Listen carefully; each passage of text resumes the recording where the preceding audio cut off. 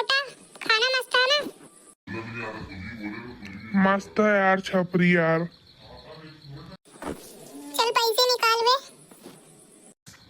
मेरे पास नहीं है साले, तूने मेरे को खिलाना आए इतने बड़े रेस्टोरेंट। अबे पहले बोल तो सही ले, अपने बाजू में मालिक खा रहा है रेस्टोरेंट का।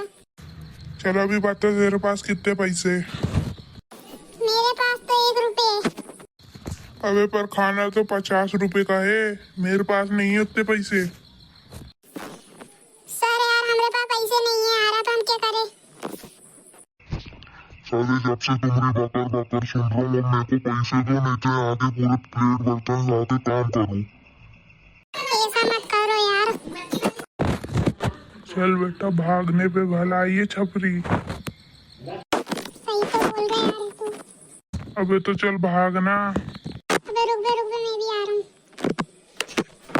अरे मेरे पैसे दो रे, रुक बेटा मैं आ रहा हूँ, कहाँ भागूंगी।